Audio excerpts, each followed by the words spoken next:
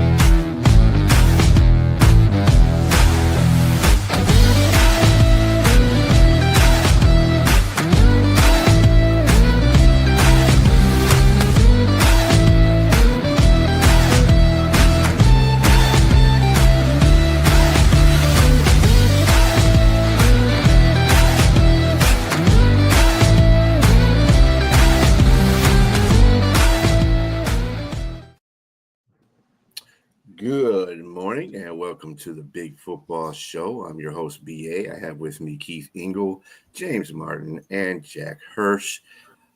It is October the 12th. We had quite a bit of college football yesterday, controversies, upsets, the normal Saturdays that we have. And then, of course, we got pro football coming on today. Jack's Jets are playing early this morning at 9:30, so we'll get into that as well. I hope you gentlemen are doing good this morning. The first college game I want to get to, and I watched this whole game in its entirety, was the Indiana-Oregon game. Oh, my God. Indiana is a force to be reckoned with right now. You go into Eugene, Oregon, and you beat Oregon the way they did, man. It was just awesome to watch. Indiana is here. Cignetti's got them guys playing, and I think they're going to be one of the best teams in the Big Ten. I don't know what you guys thought about that game, if you even saw any of that game, but they're a very complete team. We saw them annihilate Illinois, and we knew that was good. But going to Oregon and winning in a very tough place to play against a good football team is another step in the right direction for this program. I believe it's their first win it's their first road win, I know for sure, against a top 5 team. Mm-hmm. And Curt Cignetti still got the best introductory press conference ever when he said, all I do is win. Google me. And that's what he does. All he does is win. This is a good football team. It's better than the team that snuck up on us last year. The team doesn't have Ohio State. They don't have Michigan, who did lose, but they don't have either one of them on their schedule. They're probably going to the Big Ten championship game. They're a legitimate national championship contender, I think. But Keith, are they going to be a legitimate contender going forward? Are they going to be the equivalent of what Cincinnati was a few years ago? I think if Cignetti stays there, they'll stay at this level. It's going to be hard for anybody to stay at this level for any period of time anymore, right? You're not going to see 20-year runs like Alabama has had in the past and teams like that, but just because of the parity and the way kids move around. The nature of the game, but if he stays there, they'll be competitive and a contender until he leaves. And I don't think he's going to leave. He's 63 or 64 years old, so he's not a young guy.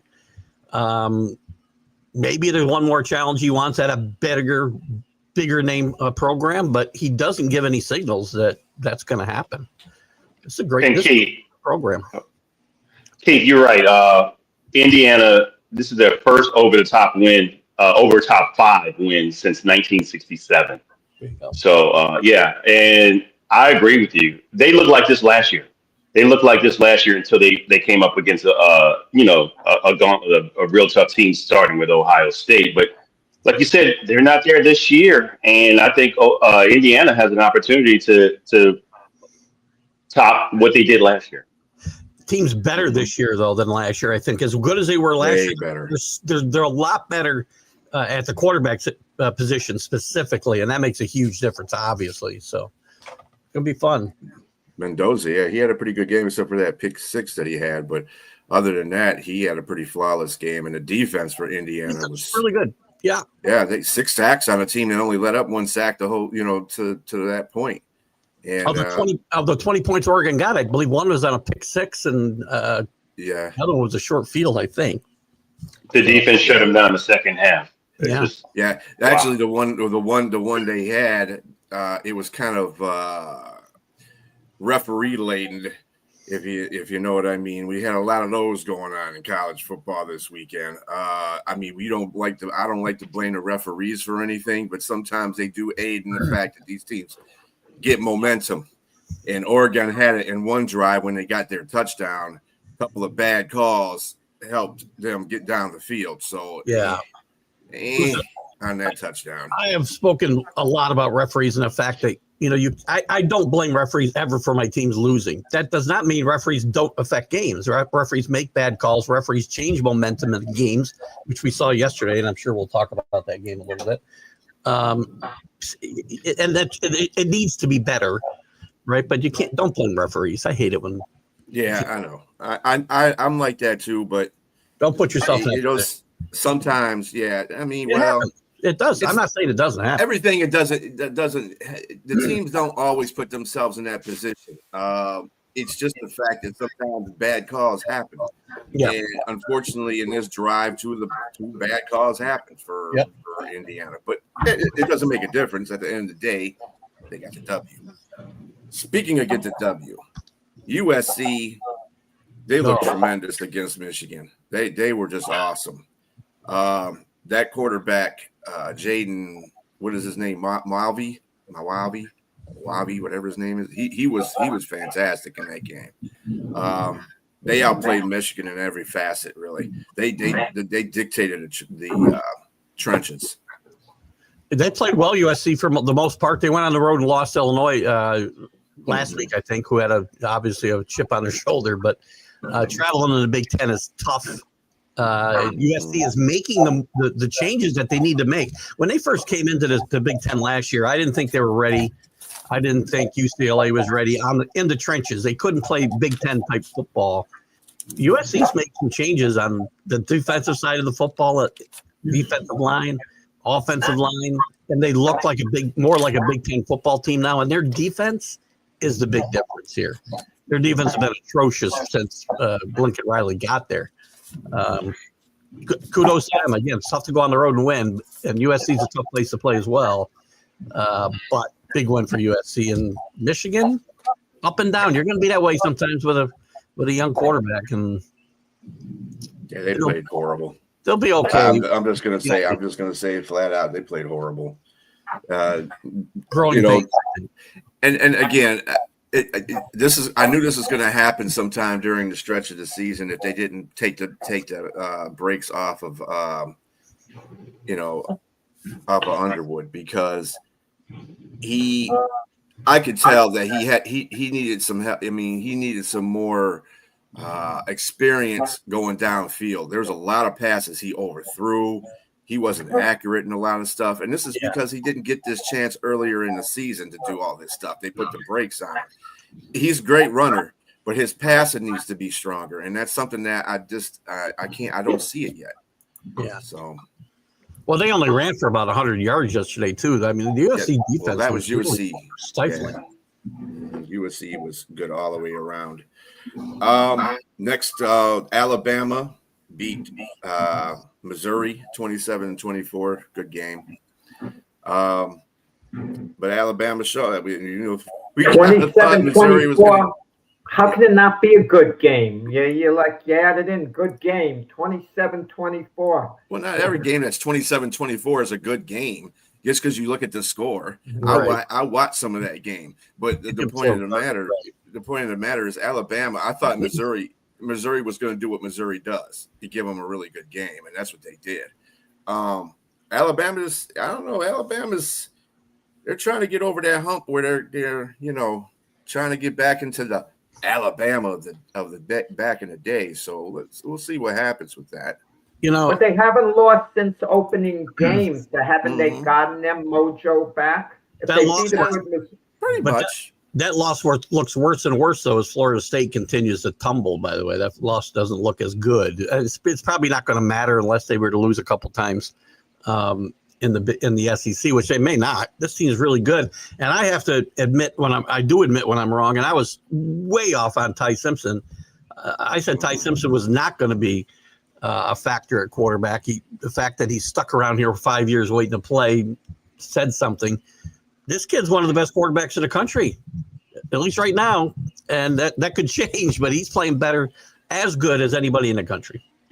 He's a big reason they're winning. He's a big reason they're winning. For sure. Yeah. Oh, yeah. And of course, good old Ohio State beat Illinois. Number 1 Ohio State beat number 17 Illinois 34-16. I don't think anybody didn't see that one coming. I didn't see it going. I got to be honest. On our Friday show, I said to Keith, I'm not only taking Illinois with the points, I'm picking them to upset Ohio State. So I got to come clean. So I was super impressed watching Ohio State yesterday. They took control of the game from the outset, were never threatened. And they look poised to repeat, if the playoffs were starting, next weekend. Another team winning with their defense is really, really good. I mean, they only had a couple hundred yards of offense yesterday. They didn't set the world on fire offensively, but their defense is just maybe the best in the country. 2 fumble recoveries and 1 interception. Yeah. And let's be real with Illinois. They're not as good a team as people think they are. Remember, this is the same team that got blown out by Indiana 63-3. So I didn't think that they even had a chance. I mean, Ohio State, they made it closer than it looked. You know what I'm saying? But Ohio State scoring 34 points to me is, that. Illinois is a good football team, not top echelon of the Big Ten. Good. Last year they had a very good season, but they didn't really. They missed a lot of the big boys last year in their schedule in the Big Ten, which helped them a lot. And you're seeing that they're not ready to match up against the best teams, Ohio State and Indiana specifically. Pittsburgh upsets number 25 Florida State 34-31. What do you guys think about that one?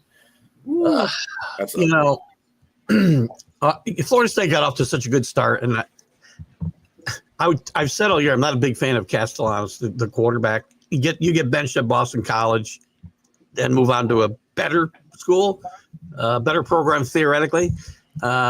He's just too inconsistent. He's not accurate throwing the ball. He's a great runner and he's a great athlete. But this team and the defense let him down yesterday. Look, they're a lot better than last year, this Florida State team. Pittsburgh's better than you think. They're not a great team, but going to Pittsburgh, again, you're traveling. But now they've lost, I think. This is three straight losses now for Florida State. And, again, makes Alabama's loss to them look worse. And the talk about Florida State being in the playoffs should be done after yesterday. He sort of reminds me of Reggie Ball back in the day from Georgia Tech. Yeah. You think about with a quarterback. He's not that tall. I mean, he's very athletic, but Reggie Ball actually was able to have some success with Calvin Johnson, of course. Mm-hmm. Yeah. Robbie, if you're out there, I told you about Pitt. You want to sit there and say, I don't like Pitt. We don't have a good team in Pitt. Okay, whatever, dude. Number 6, Oklahoma in the Red River rivalry lost to Texas 23-6. I don't know what was. Mateer had a horrible day. I think this is like the second time I've said this since he's played, that he's had a horrible day. I don't know. Is he that guy, or is he just a guy? I think he's an inconsistent quarterback. I mean, he's got a lot of talent. Sometimes he tries to do too much. He doesn't have a lot of help because they cannot run the football at Oklahoma. He's the only guy who can run the football. Yesterday, I don't think he even did that. And I think the injury's still lingering with him. And I'm not making an excuse. I don't know that he should have been playing yesterday. And if he doesn't play, they probably lose too, quite frankly. It really doesn't matter. And I think Texas, look, they haven't played good football, but it's still a good football team with a lot of talent on that team. Arch played much better yesterday. Not a huge yardage for passing, but still played a lot much better than he's played up until now, especially against better teams. But I think Oklahoma's came into this game a tad overrated, and this game's going to hurt. Yeah, Keith, for the most part, Texas's defense has been fine throughout the year. They've struggled on the offensive side of the ball. Yeah. Mm-hmm. And they ran the ball today, too. Mateer is 17 days from hand surgery on his throwing hand. Right. I wouldn't doubt that 3 interceptions had that surgery didn't have anything to do with those 3 interceptions. He's typically a player that takes care of the ball. I mean, from all the games that I've seen him play, this Red River rivalry didn't live to the billing. I thought Texas. I thought Oklahoma. I mean, I thought he was going to be okay. I didn't realize that you can see that he's not ready to play. But obviously, they're going to keep playing him because they knew this was a big game. And like you said, Texas defense is fine. It's just a matter of getting the offenses together. And this was a needed game to get back in the top 25. I think Texas is probably going to get back in the top 25 for being a number 6 team overall. And you can kind of look. I would say that this might have taken Sarkisian off the hot seat, even if because the situation with Arch. I don't know. You lose 2 games. I think weren't they ranked number 1 coming into the season. Texas and Penn State 1 and 2. Well, So this is a good way in the right direction. But we'll see. I'm not sure if Texas is that good either. James, there's been some talk of if Arch played a bad game, he might actually get benched before the year's over. And then there was a discussion if that ever happened, would he go to the transfer portal for next year, as much as he loves being a student in Texas? I heard that chatter, and I don't think they would have benched Arch. Just look he threw 90 passes, maybe not even 90 passes before this year. I mean, not everybody comes in and you're playing at the highest level. And really sets the world on fire. I think Arch Manning will be fine. I think he'll be back here next year. I don't think he'll be going into any drafts. I'm with you on that one. And I think he'll be fine by the time he gets through with his college career. I think that the only issue with Arch is that he has the Manning name, and the pressure is on him. Don't mind you. Again, this is a kid that coming in commercials, so he's drinking some of that Kool-Aid himself. So he thought he was actually pretty good too. So he needs to do. I just thought last year, like I said, you don't beat out Quentin Ewers. Let's pause and let him just see how he does. And we're seeing he's progressing. He's progressing, but he's not what the hype was suggesting that he would be. So I would say let's continue to see him progress. I hope he'll be fine. But I'm not saying he's not first overall draft pick. Let's pump the brakes on that. We never. Nobody ever should have said that, right? I mean, because we don't know until you see guys play. And I will, to your point, James. There isn't a kid, by the way, a kid, not even a guy, a kid in the country playing with more pressure on him than Arch Manning because of who he is. Just because of who he is. Yeah. Well, I've been guilty of getting a little carried away because he was outstanding in high school, plus having the Manning name, the pedigree, the whole thing. Jack. We assumed he was, when he'd eventually go into the NFL draft, he'd be a very high draft choice, if not number 1 overall. And it wasn't just me. The NFL. Oh no, it was definitely mostly you. A ton of scouts. No. The NFL had a ton of scouts watching that first game against Ohio State, much more than they would any other quarterback. So they were swallowing the same Kool-Aid that I was. I mean, but I think he'll be fine. And if I still had to give a prediction, when he comes out the year after next, he's going to be maybe not the number 1 overall draft choice, but he's going to be a first-round draft choice. You might have been drinking a Jim Jones Kool-Aid, Jack. I would say that, look, you constantly put the Saints out there going to need to get take this kid number 1 overall. I mean, I heard it all the time. I knew better. I knew better because I just think, okay, they're just pushing him too much out there. I get it, the Manning name out there. You got to look at the 2 Mannings, how they started. First of all, they weren't all that great. Peyton Manning himself wasn't even a starter his freshman year. And so he took over, and he had to go through some growing pains. And nor did he win the biggest games that he needed to win. As great as he was, he didn't win big games. So I think we're putting way too much pressure on this kid to go out there and be a Manning when Mannings didn't become Mannings until they were in the league. I mean, greatly, as far as like who they particularly were. I think a lot of people look at the end results and trying to put that on this kid starting off, and I think it was totally unfair in that regard. It's not unfair to the player because when you consider any player what they're getting financially in the NIL money and so on, so big deal. I'm sure you get the majority of college players are going to welcome the pressure and the scrutiny in exchange for the dollar if they were able to get it. I suppose. Yeah. Iowa was upset by Colorado. Iowa State, that was upset by Colorado. Deion Sanders and his crew went out there and beat Iowa. I think that we talked earlier before the show started that Iowa State's not exactly the greatest, but whatever. I'm not taking nothing away from Colorado, though. Colorado did an excellent job. That there was a reason why Iowa State was, got beat. They did an excellent job. So They did. Deion Sanders is a heck of a coach. People keep looking at the image. He is a heck of a coach.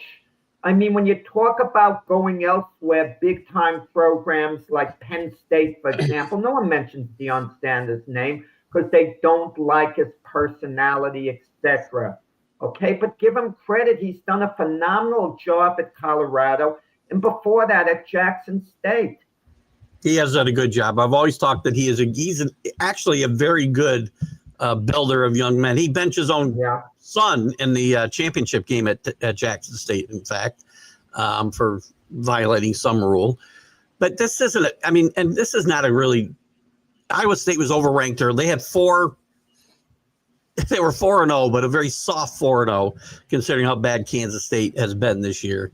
And I think people were too high on them. And they've lost like 3/4 of their secondary now, too, which has really hurt this team the last few weeks. So Matt Campbell's name is already coming up for other jobs, which every year it happens. Matt Campbell will get mentioned for every job that opens up in a Power 4 conference. And he'll probably stay right there. He's a good football coach, but this isn't a powerhouse, Iowa State. He's done a very good job there, but, they're not Michigan or Ohio State. I had to throw Michigan. I always say Alabama, and so I'll say Michigan, Ohio State. You could have said Alabama. Michigan's not going to be that team for a couple of years. I just mean historic. Building. Historic. And the Utes of Utah beat Arizona State University, who was ranked 21st.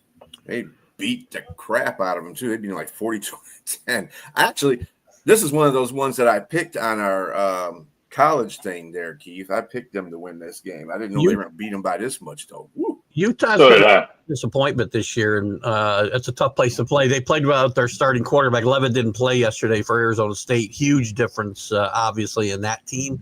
But Utah's better than, the sum of their record this year. So it's a tough place to play. They'll be tough to beat the rest of the way out. That's a crazy league. The Big 12 is just going to be a crazy finish there, I can tell you. There's 7 teams that can win that conference. Yeah, it's these teams are just, like James likes to say, cannibalizing themselves in these conferences. LSU won yesterday. Congratulations to James. Miami had a bye, right? Yeah. You want to give James more play when his team wins? You just went over it like that. What did they win, 20-10? Well, because they won. Had they lost, then there would have been something. Or if they beat a higher ranked team. If they beat a higher ranked team, they would have won it. Yeah. Yeah. We still have some struggles offensively. Clearly, we should have won bigger than that. We got in the red zone and gave 2 turnovers away, a fumble and an interception. Wow. We're starting to get there, but man, the decision making of Nussmeier, still question that, and the running back. Caden Durham is actually the best running back. He's good. It was just an unfortunate fumble on right before the goal line, and man, you gotta give credit to that defense of South Carolina. They play well, but at the same time, LSU is a much better offense. I think they have much better weapons. It's just something's not clicking there with between the quarterback, wide receivers. You see the tight end, Trey Green had a really big game with LSU, and so that's what they were looking for with him. He's a red zone threat. big 6'7" tight end, man. He looked like, I think he played basketball too as well. So you got to really utilize him more and utilize the strengths. But Garrett Nussmeier looked like he was pounded the whole game, man. They were knocking him down to all the pressures and hitting him. He had a lot of quarterback hits, and he still looks gimpy. So we'll see. But LSU, for right now, it's a win. I'll take it. Their defense is very good. Lenore Sellers looked terrible yesterday, and part of it because of that defense, I think. And South Carolina is one of the biggest disappointments probably in college football, along with many other teams this year, including Sellers, who was a front runner for the Heisman early in the year, and along with. If you had to name one team, Keith, as the biggest disappointment to date, would it be Penn State or someone else? It'd definitely be Penn State. Yeah, Go ahead, Keith. 100% Penn State, 100%. But Keith, is it a disappointment? That's an easy. Because you always look at James Franklin as not the guy that can win the big games. He can't win the small games. Northwestern. Yeah, he's not even losing a big game. He's losing every game. Yeah, right. And they're losing them at home. That's what's worse. Oh. And now they lost Alar for the year, which maybe isn't a bad thing because he's been having a horrible year. So their playoff chances are dead in the water as well. If they run Is James Franklin's job dead in the water? It depends. If they got if they have the stomach to give him $63 million to walk away, then yeah. Here's what I think. I think there'll be some agreement. I think James Franklin will be coaching next year, but not at Penn State. I think he's going to very quietly be looking at some of these other openings, and he'll come to some agreement with Penn State to walk away from there. And thank you, Mike. Yep, Navy had a huge comeback to beat Temple. They were down by, I think it was like 14 points. I was watching halfway through that because I was on and off with the Indiana game as well. But they did a great job. Hargraf, as much crap as I give him as a quarterback for throwing, the dude makes it up by running. And then he had a heck of a pass at the end of the game that set up the 2-point conversion to win it. And Navy's going. They haven't lost yet. They still have it's going to be a tough road. There's a big group of teams alive for that group of 5 college football pick, including like 4 or 5 in their conference, which are really good teams. So, but they're alive, and they've got a shot to win the American. What's going on there, Monkey? All right. So from the collegiate level to the professional level, we have the Aren't NFL. they the same thing? I'm sorry. Aren't they the same? Sometimes it seems like that's great, Keith. That you're right on, spot on with that. Yeah. So our first game of the day is the Denver Broncos versus the New York Jets. How you feel about this game, Jack? Yeah, it's in London. I wonder what's going to happen after the game. That's what the suspense is, because I don't anticipate the Jets winning. It would be a pleasant surprise if they did, because as mentioned before, Woody Johnson was an ambassador in England, and that's his place, to lose in London. Robert Salah got fired after they lost in London last year. And the talk is that Steve Wilks, the defensive coordinator, might go if they lose this game. And that would really be a blow to Aaron Glenn. What does that say about Aaron Glenn's 10 years as Jet coach if they start firing his assistants during the year, especially his hand-picked defensive coordinator? It's no different. Again, Jack, it is no different than when Dan Campbell fired Nate Lynn in the beginning of his tenure. Dan Campbell, wait. It would be Woody Johnson doing the firing. Aaron Glenn isn't firing Steve Wilks. That's his guy, the defensive coordinator. But if Woody Johnson steps in, that'll tell you a lot about how secure Aaron Glenn is. And he's not going to fire Aaron Glenn for the simple reason he has no one right now to replace him with. Put in a no-name interim coach the way they did last year when they fired Salah just doesn't work. But are the Jets going to be traders at the deadline? Is it going to be a wholesale fire type thing? Is Breece Hall going to go? Is Quentin Williams going to go? And we just don't know. I mean, Michael Carter, the third, he might be going. The Jets aren't going to stand pat if they lose this game. It's going to be ugly. And to beat the Denver Broncos, I don't think they're going to do it. I mean, Denver's a good team, big win against Philadelphia last week. And as much as I want the Jets to win, and it's going to be a competitive game, I see Denver winning something like 26-14. And then it's going to be an ugly week, after that. Jack, I'm going to say a goose egg is the right thing when you're on the right side of your record. But being in the front, that's pretty bad, man. I just think that the Jets have been a complete disappointment. I picked them to be very high. You have way too much talent on that team to be at this juncture. They looked like they were say maybe formidable when they played a great game, the first game against Pittsburgh.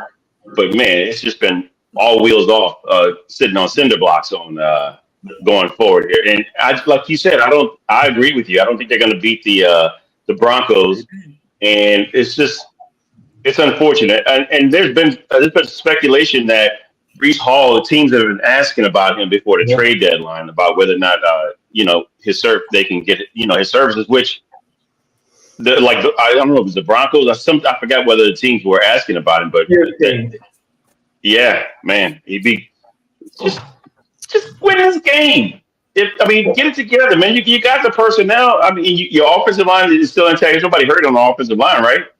No, but James, this is the situation with Breece Hall. He's going to be a free agent at the end of the year, and they didn't extend him the way they did Sauce Gardner and Garrett Wilson, which should tell you a lot before the year. They wanted to see what he could do.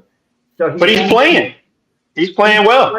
Well, unless he has a big season the rest of the way and they don't trade him, they're not going to give him a new contract because he's going to command a little, running backs don't get paid as much, but I don't think the Jets are looking to invest in him. They weren't even talking about making Braylon Allen the featured back, but Allen is injured now. So Breece Hall's getting the opportunity. Yeah.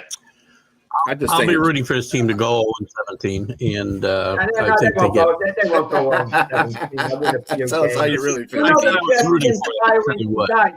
Since they fired Robert Saleh, they played 17 games over the 2 years. That's the equivalent of a full NFL season, and they're 3-14 since they fired Robert Saleh. It's a bad football. To tell you something. Should they have ever fired Robert Saleh, who's having a lot of success once again as the defensive coordinator for the San Francisco 49ers? Not the head coach. Right. The defensive coordinator, not the head coach. Listen, they're playing in England today in a soccer stadium. My guess is they get blown out by the Broncos, and maybe they get relegated to the CFL after this game, and we won't see the Jets anymore.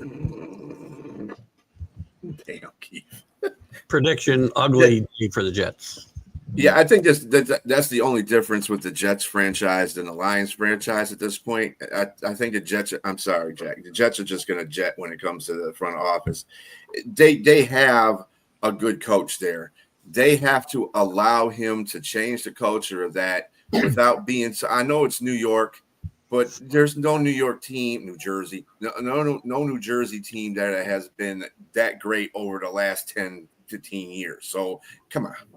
We got to get together. All right. You want the New York to be great, then stay with one thing and believe in it.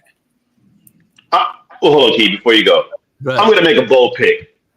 There's no way that you're going to go across the Atlantic, fly all the way over there, and lose a game and be 0-6. So I'm going to pick the Jets. I'm going to say they're going to shock the world. They're going to beat the Broncos over in London. And they're going to win. You got to have pride. Have some pride, man. You can't fly back with your tail between your legs and lose. So, coach, get your team ready. Go out there and win and come back 1-5 and just be happy about one win for the season. I will have to defend Jack on one thing. If the defensive coordinator gets fired by the owner, that's a whole lot different than getting fired by your head coach that hired you. That's a totally different thing. Yeah. And it does not bode well for Aaron Glenn. And if I'm Aaron Glenn, and I'm going to stand up for my guy, and if he doesn't fight for him, then I'm losing all respect for Aaron Glenn, because that's my guy, and you can't be doing that. Aaron Glenn will stand up for him, but you can't expect Aaron Glenn to resign. I'm not saying that. I'm just saying, first of all, I'm saying you're right, that it's totally different. If Woody Johnson fires him, and it's stupid to fire anybody 6 games into the regime here, right? They're trying to change a culture that has sucked for decades. The problem is the culture's gotten worse even. It's gone downhill. It's not trending in the right direction. It also depends how they lose. If they lose 24-21, a field goal at the end of the game, you could say they showed some grit against a good team. But if it gets ugly and they lose 34-7, I mean, that's when it becomes alarming. I hear you. Jack, I got to pull your no moral victories here. You can't say that. No moral victories at all, man. You got to win. You need to win. 0-6 flying back on the flight from across the Atlantic sucks. That's just what it boils down to. You got to win. Right. You're right.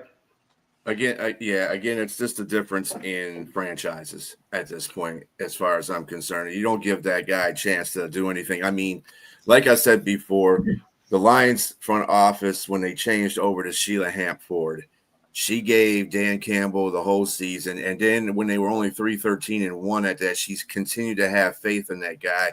And they didn't win their first game until week 12. So I'm not saying that's not going to be the Jets.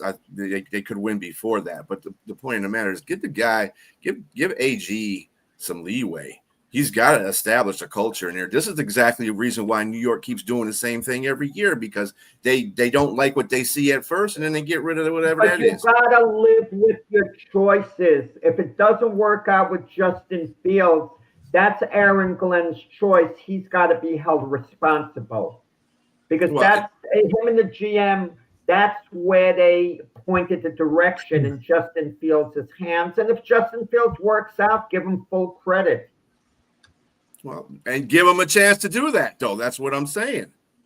I mean, AG will, if he's coming from the same fabric as Dan Campbell, he will give Justin Fields his due until Justin Fields proves he's not the guy for that team. And then Aaron Glenn will make that change. I'm telling you that. He's not going to sit there and just say, oh, well, this team sucks, I'm just going to let it suck for the rest of the year. No, he's going to make changes to that team during the course of the year to make that team better. It's about winning at the end of the day. So he'll do everything he possibly can do to get that team to win. Play to win the game. Right. On that note, Keith, who do you have in this game? Oh, I like the Broncos by 100, actually. So 100. Oh my God, 100. Jack. By about 12 points, Denver. Something like, I could see a 26-14 type game. And James. I can't go back on my pick'ems and change because it's on my phone. But I'm changing. I'm shocking the world here. I'm going with the Jets. All right, Jack, don't let me down, man. I'm going with the Jets. If I picked the Jets to win, you'd be picking Denver. So it's okay. You could flip back to Denver if you want. I'm going with the Jets by 2 points. You can go to the ESPN app, and if you can log in, you can change your picks on your phone. So. Oh, yeah. He's only doing that because I picked the Saints to win the first game of the season. Because I don't think James really wants. I don't think James really wants to change the pick. That's what I'm saying. Hey, Michael Gott's from the UK, by the way. He's 5 hours ahead. I don't know if he's going to the game today. He might know the results of the games. Maybe we should find out. I need a couple winners today. Jeez. Of epic proportion. Epic proportion. That's 100 points. 100 points would definitely be epic proportion. Epic proportion. Yeah.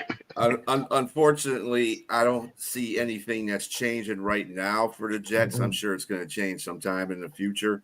So I'm picking the Denver's on that one. I might just say I picked Denver. The next game that we're going to talk about is those wacky Arizona Cardinals going against the up and coming Indiana Jones led. Hold on. I want to pull a Jack. Let's pull audible. Pull audible. We got two people on the panel here, games that are playing each other, and Keith has about 20 minutes here. Let's get into the Patriots and Saints. Well, I don't think it's going to take us 20 minutes to talk about that game, is it? Jeez. Oh, it's definitely going to take us 20 minutes. Listen, I am worried. Listen, it's the NFL. You can go lose anywhere. Traveling to New Orleans, I worry a little bit about a letdown after a huge win last week, obviously, for the Patriots.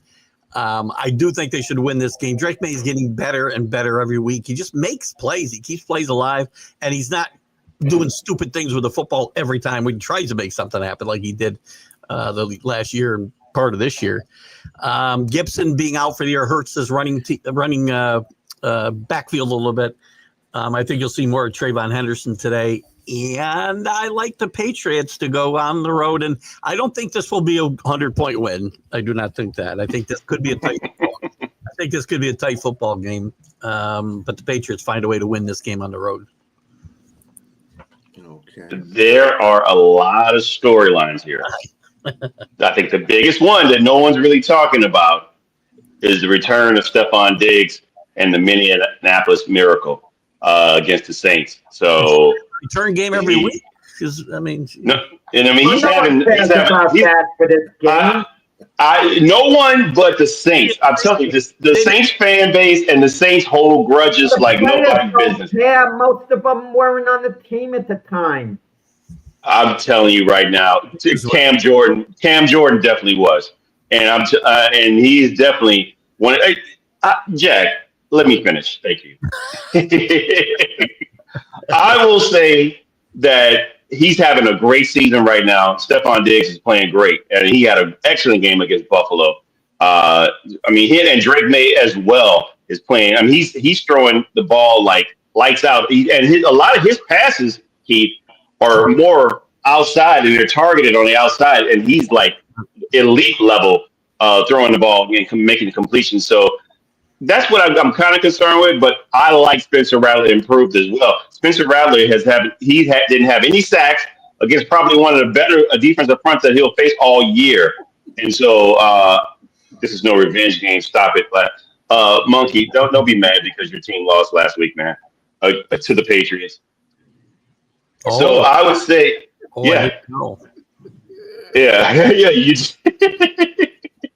I would say that the Saints are confident. My only concern would be Keyshawn Boutte and Stephon Diggs going against our rookie cornerback Quincy Riley and second-year cornerback in Kool-Aid McKinstry, who just happened to be defensive player of the week with 2 interceptions. So I don't know if he's going to do that consistently. I just think that it'll be tight, but I like an upset here. I like us to at home to get a second win. You done hit a nerve. You done hit a nerve with Kevin. You done hit a nerve. Questionable every week, I think, Kamara. Yeah, he's been questionable for his career, but yet he's produced. Yeah, he's questionable, but there is a return, a debut's happening as well, and that's Chase Young. He hadn't played all season, so I like the fact that he's back, and I think that's going to help. Well, he was a projected Hall of Famer. Hey, Jeremy, you can talk all that stuff you want to, but he blew up Buffalo for like 100 and something yards. And by the way, this 148. He started hitting it going the week before. They got him more involved in the offense the week before this this last game against Buffalo. So Diggs, he's got to continue to perform at this level. If he gets hurt, because there's not enough depth at that wide receiver position, he needs to keep doing what he did last week and the week before. I would trust New England a little more in a game like this. They have the better coach. They have the better quarterback. No disrespect to Spencer Rattler, but he's auditioning for a job, and he's going to be auditioning all year.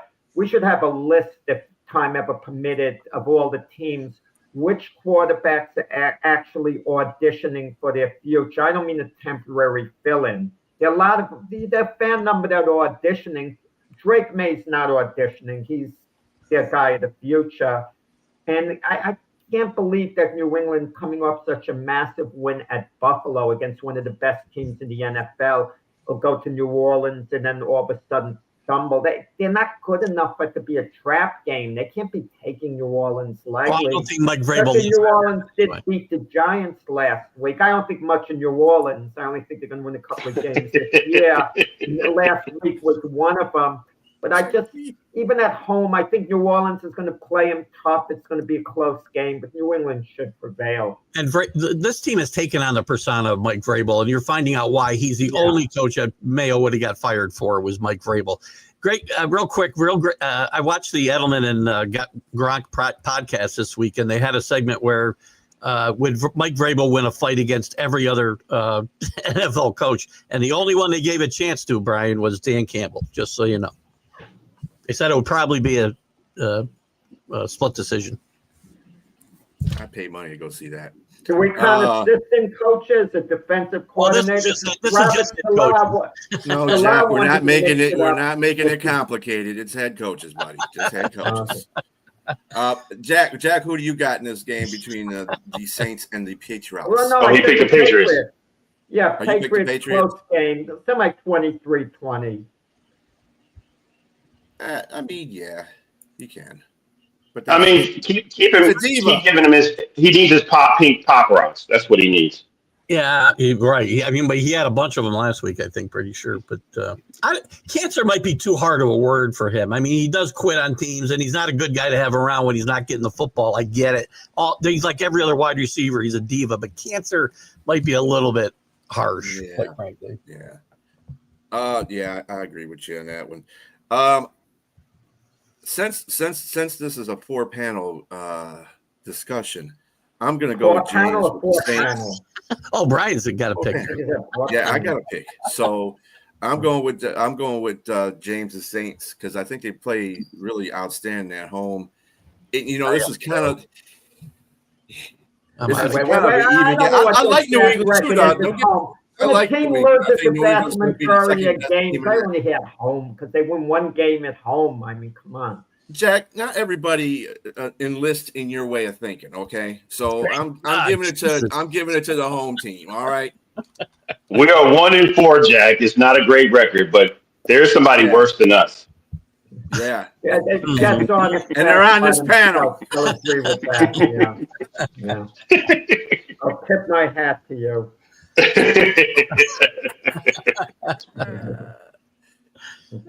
Okay, so let's get back into the wacky Arizona Cardinals playing the. He's a diva.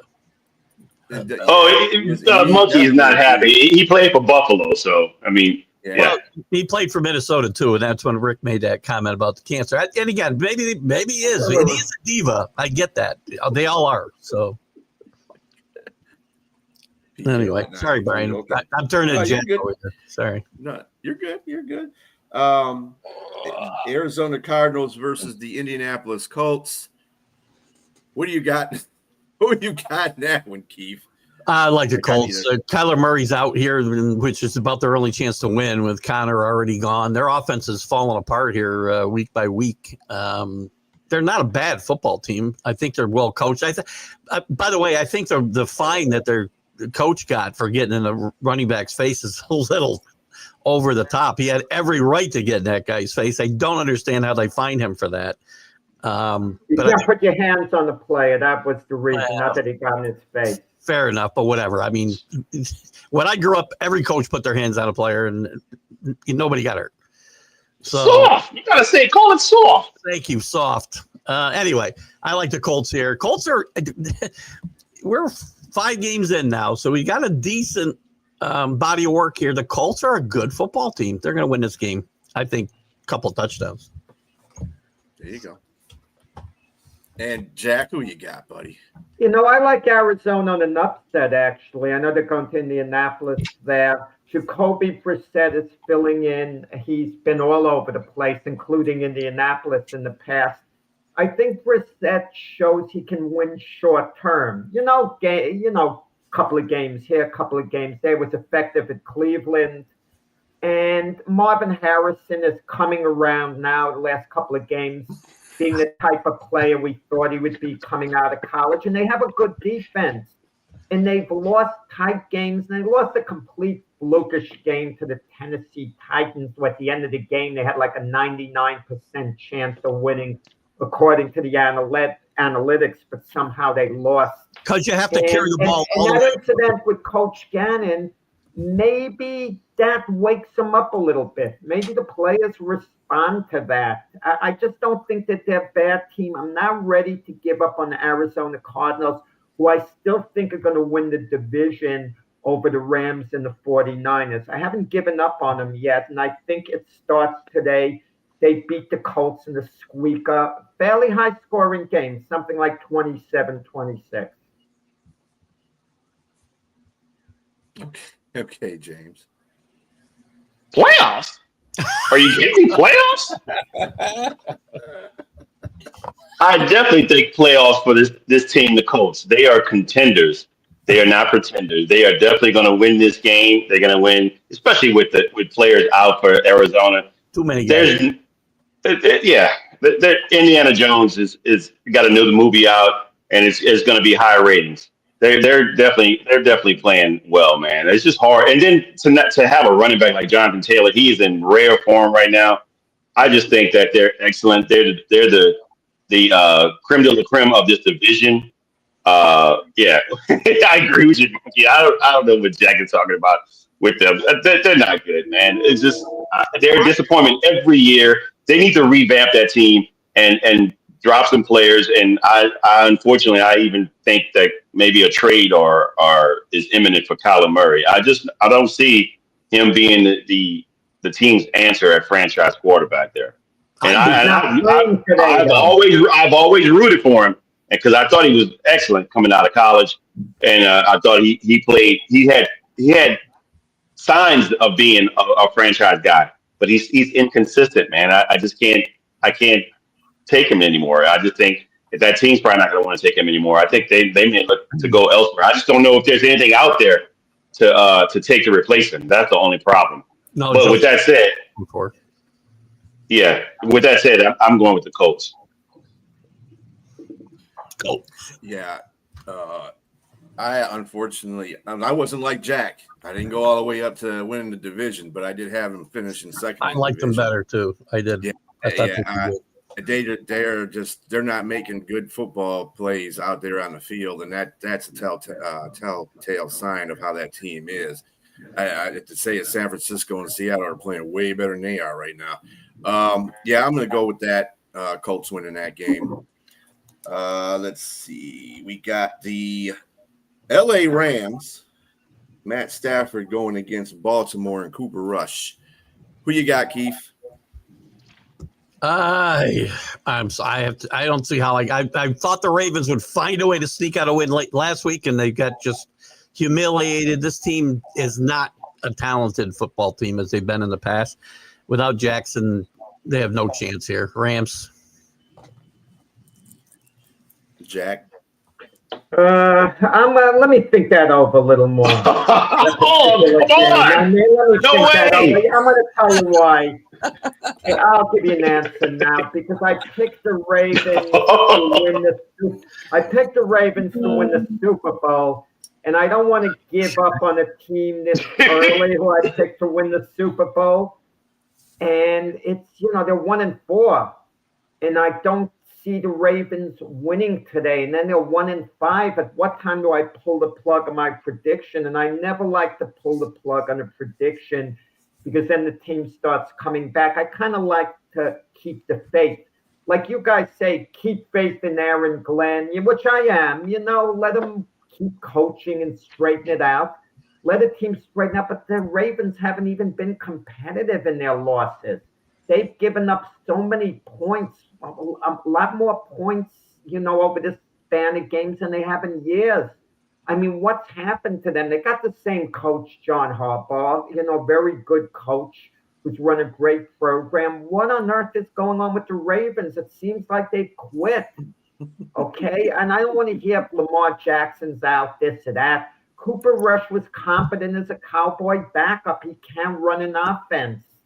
Okay? But with that said, the way the Ravens have been playing, I just can't pick them to win as much as I want to. I'll compromise and say they'll be competitive and lose by 10 points. They won't get Moral blown victories. out. Moral But victories. it means nothing. It means nothing exactly. But they're playing in Baltimore. At what point to the Ravens do you pull the plug on the season? If you pull the plug on the Ravens this year, what does it say for them going forward, guys? Did they have to be sellers? Did they have to rebuild? James picked them to win the Super Bowl too. What the heck is going on in Baltimore? I have a question. If Jack hadn't answered because we gave more time, would that exact conversation been going on in his head this whole time? I was looking for reasons. I wanted to stall for time so I could pick the Ravens to upset the Rams and get back on track. I was trying to buy a little time. And you came to the same conclusion that we all were in a match. We could have just said this in 2 seconds. We know that the Ravens are going to lose this game. You got the number 1 offense going against the number 31st defense. And no Lamar, that equals a bad equation for the Ravens. It's just not good. And then it's unfortunate because, like you said, Jack, I picked them to go to the Super Bowl. They had a couple of bad luck. They had a little bad luck in the first couple of games. Fumbles from their running back. Nobody would think that would happen in three straight games. That were pretty costly. And I just think the Ravens are in a bad luck year right now. But it's not bad luck when you have a really bad defense, though. There's no covering up for that. That defense is atrocious. I mean, I don't know what to say. And again, they're about to face, even if they are at home, the Rams offense is number 1 in the league.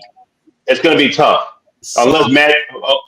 You said it before, James. Soft. This team, and this is not a Ravens trademark. They're soft. They've always been a tough football team. They're soft.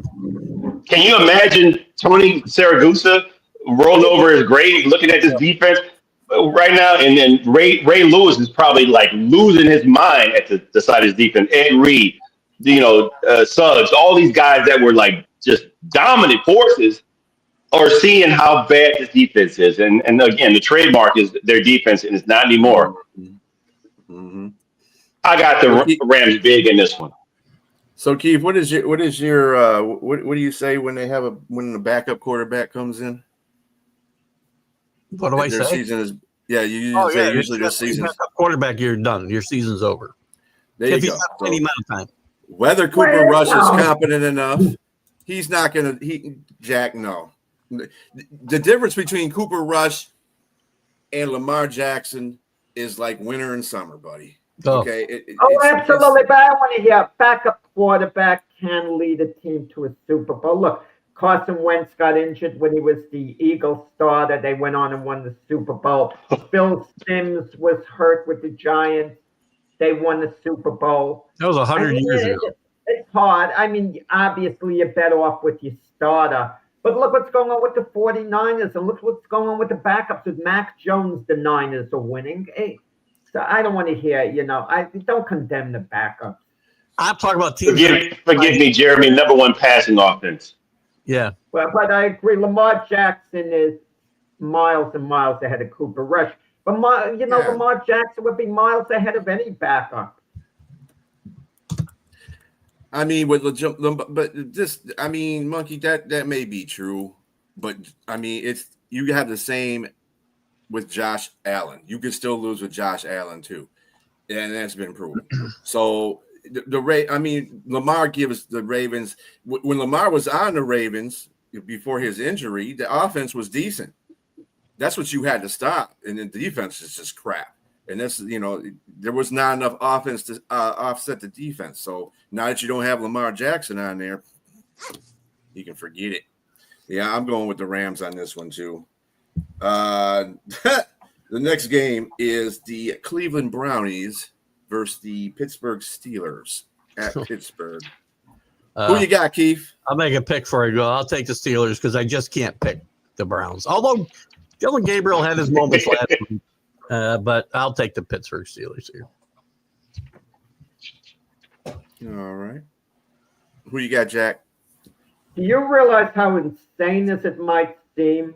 The Cleveland Browns, when all is said and done, might actually win that division. That would seem to be insanity, but for that to happen, they've got to win today. And I think they can win today. They have the defense, and Pittsburgh's offense has been so-so. Aaron Rodgers has been navigating the games. They played well. I know Pittsburgh is coming off the bye. People are going to watch any Cleveland game with interest. They're going to want to see how Dylan Gabriel looks here. I thought he looked good last week. Nothing great. I graded him like a B. In a losing effort, he did well. And the Brown coaching staff wants Dylan Gabriel to have that job. But imagine he has to go out of the game for any reason and Shedeur Sanders comes in.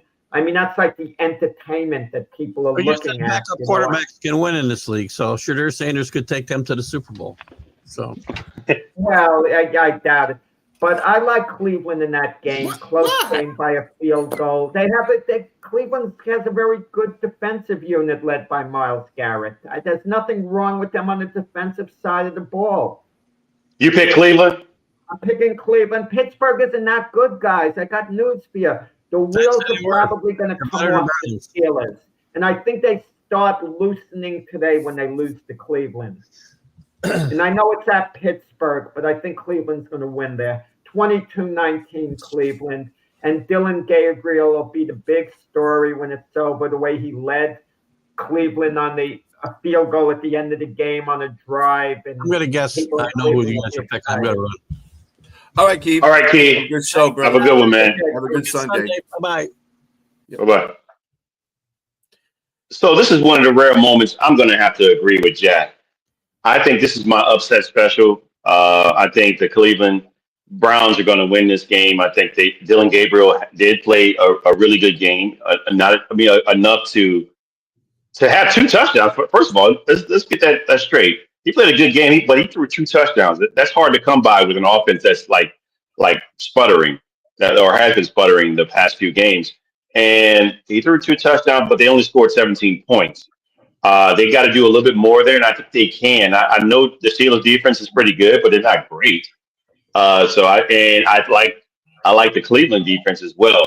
And there's a little bit of motivation there. There's some bulletin board material that Myles Garrett has never sacked Aaron Rodgers ever. But I think he only played against him once in 2021.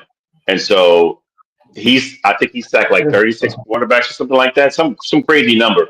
And he's looking forward to doing it. I think that may happen this game. And I think the defense overall, they're going to slow that offense down in the Steelers nation. And I think they're going to be surprised. I think this might be an upset here. Well, you make a fun point. I normally put down bulletin board material as nonsense because players have to play at 100% anyway. So I don't want to hear this bulletin board nonsense. If you need that to play harder, there's something wrong with you. There really is. Then you have a loser's attitude. But in specific cases, it's a fun type of motivation. And the same thing we heard about years ago when Mutombo was telling Jordan, you never dunked on me. Jordan became obsessed. He had to dunk on him at one point. And the idea that Myles Garrett never sacked Aaron Rodgers, even though he played against him a limited amount, is good bulletin board stuff. They're probably teasing him, the other players. So he's going to be psyched to get, his 1 sack on Rodgers.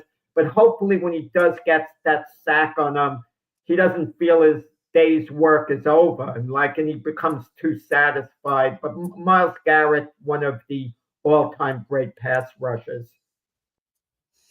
Yeah, I'm looking at I'm going to go with all of you, actually, with the Cleveland Browns. Wow. I think that Gabriel he's using the tight ends, Fanning and Njoku. Both of them, he used them in that game very well. So he's trying to utilize his weapon. And let's not forget about the running back. The running back is playing. The rookie running back is playing pretty well. And he had 110. Yeah. So that offensive line in Pittsburgh's defense is not a shining example of the defense that they've had over the last few years. So I think the upset is imminent. I think Pittsburgh has been getting over games just by the chinny chin chin. You know what I'm saying? They should have lost that New England game. Keith is definitely right about that. Should have lost 5 turnovers, dude. You were given the game, but and you couldn't capitalize on it. So I just think Pittsburgh is due for a loss here. Yeah, and one thing, everyone talks about the Shedeur Sanders situation, and early in the show we were talking about Arch Manning at Texas. Maybe, just maybe, Kevin Stefanski's getting a bad knock because maybe Shedeur Sanders really isn't ready. Maybe he's the equivalent of a rookie in the NFL, what Arch Manning was under Quinn Ewers, and we don't see that because of the Sanders name, and he's not selling his player out by saying, no, he's not good enough. And he's just, but maybe they genuinely feel Sanders just isn't quite good enough. Good enough to hold a roster spot, but they're not as excited about getting him in, and it's not personal at all. Well, I looked at a stat that when I was watching the Indiana-Oregon game, I saw a stat of the quarterbacks that they have there right now, and in the past quarterbacks that are in the NFL. Both of them are starting, Bo Nix and Gabriel, and their percentage completions at Oregon. Again, it's college football, but they all of them were over 75%, and that's pretty good. Now that might be because they're playing in the system. Yeah. So. But Bo Nix is a pretty good quarterback. He's going through his little sophomore slump right now. But Gabriel, he comes from that same system. So I don't see them being bad quarterbacks. I see them being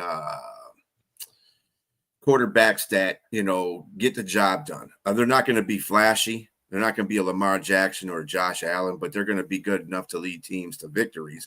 And they're probably not going to do enough to lose a game, more like win a game. But when I saw that stat, I was like, well, dang, that's pretty good.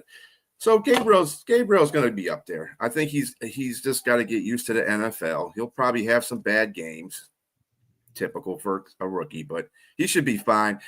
I still think Shedeur should be traded to a team that's going to use him, because I just don't see Cleveland, even if they brought him up to the, QB2 role. They don't want him there. They don't want him there. No, and no. I wouldn't understand that, but that's I understand it a little bit. If you recall in the offseason, guys, before the draft, Dion was saying he didn't want Shedeur going to Cleveland and all, and he specifically said it, and that could have ticked them off, the coaching staff, and they really didn't want him, and then the owner forced Shedeur on him, and the odd part about it, rumor has it, at least reports have it, that the Ravens were interested in Shedeur because he could run their offensive system, similar to what Lamar Jackson did, not as good, I'm saying. And he didn't want to go as a backup to Lamar Jackson because Shedeur Sanders and the Sanders thought of him as being a star coming into the league. And it's ironic he would be playing now, starting for the Ravens and actually getting his opportunity while Lamar Jackson would be out and showing what he was capable of. But I'm not going to believe Shedeur Sanders. I'm not going to beat a dead horse here, but Shedeur Sanders is a talented quarterback. Yeah. Shouldn't have been drafted in the 5th round. Yeah. And he and Dylan Gabriel are both talented. I saw what Dylan was able to do with Oregon, and I saw what Shedeur Sanders was able to do at Colorado with less. And I would say that definitely he should not be just a backup somewhere. He should be starting somewhere, but he should be given an opportunity somewhere else because, again, it seems like an awkward situation in Cleveland.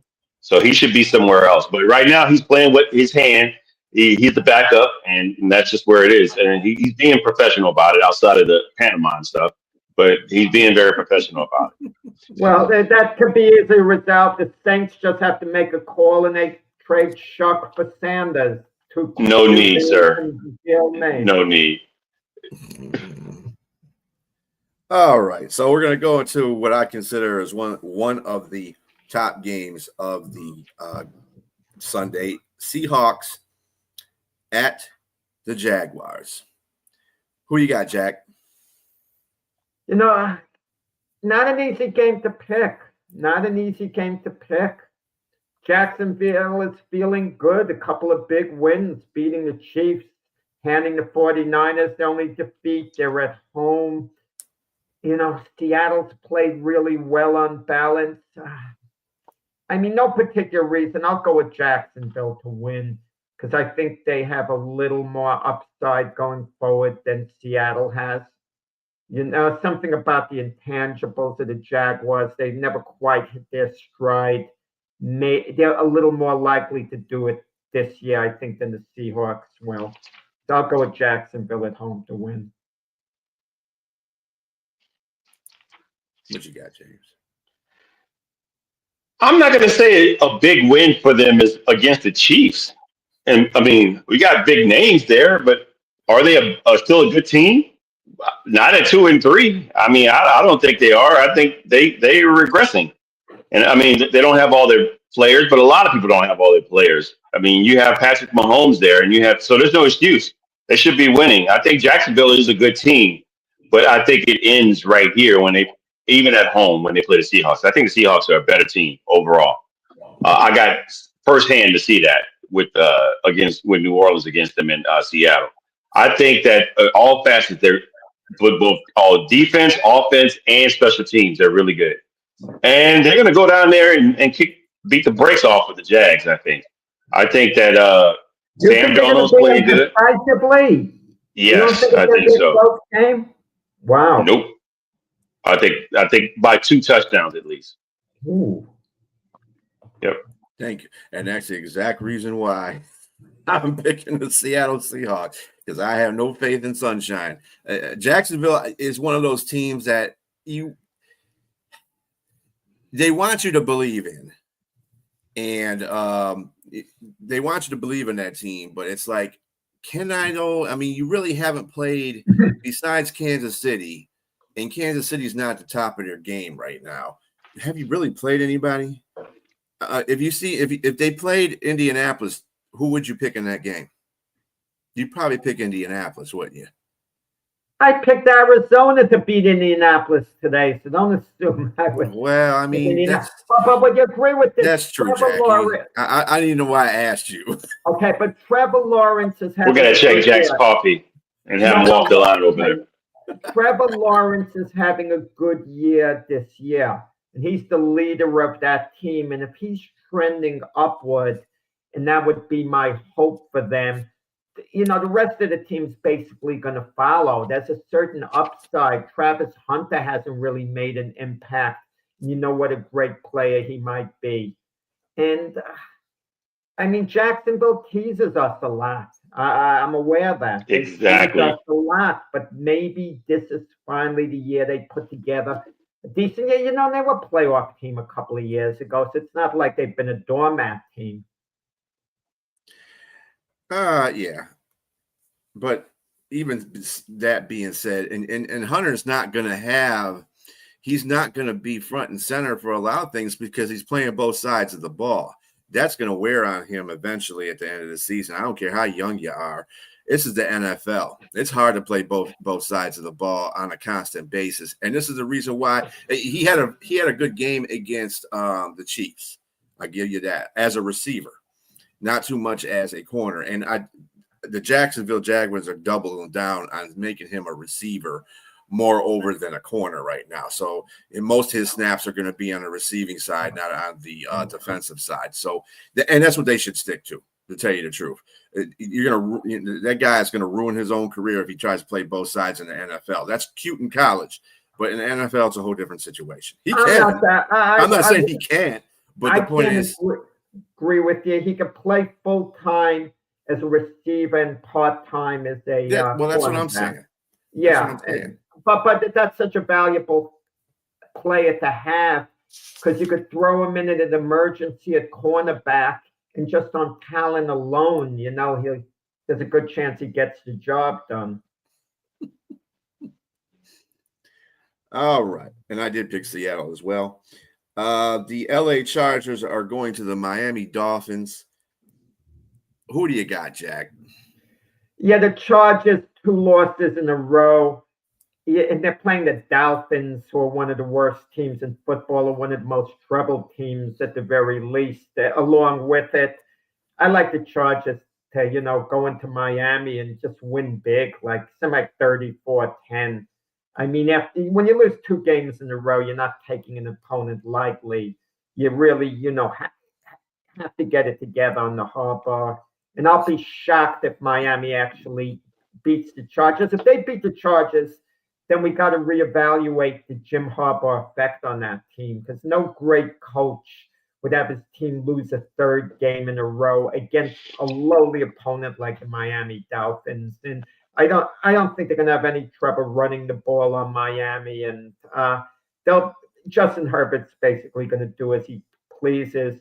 And the question, the soap opera is going to go into Miami with Tua and the rest. But like I said, Chargers 34, Dolphins 10 if you want to score. I'm not going to go that far. I do think the Chargers win here, but I think it's going to be a lot closer. The Chargers in a combined 2 losses gave up 24 penalties. So, I mean, they committed 24 penalties for 192 yards. And I think a lot of that's attributed to missing some players on the offensive line. Now, B, I'm going to ask you, is Joe Alt playing today? No. Well, their offensive line has been a big problem. Yeah. And Miami both of their tackles and a starting guard. I think they're going to squeak out a win because of how bad Miami is, but they're just going to squeak it because that's going to hurt them offensively.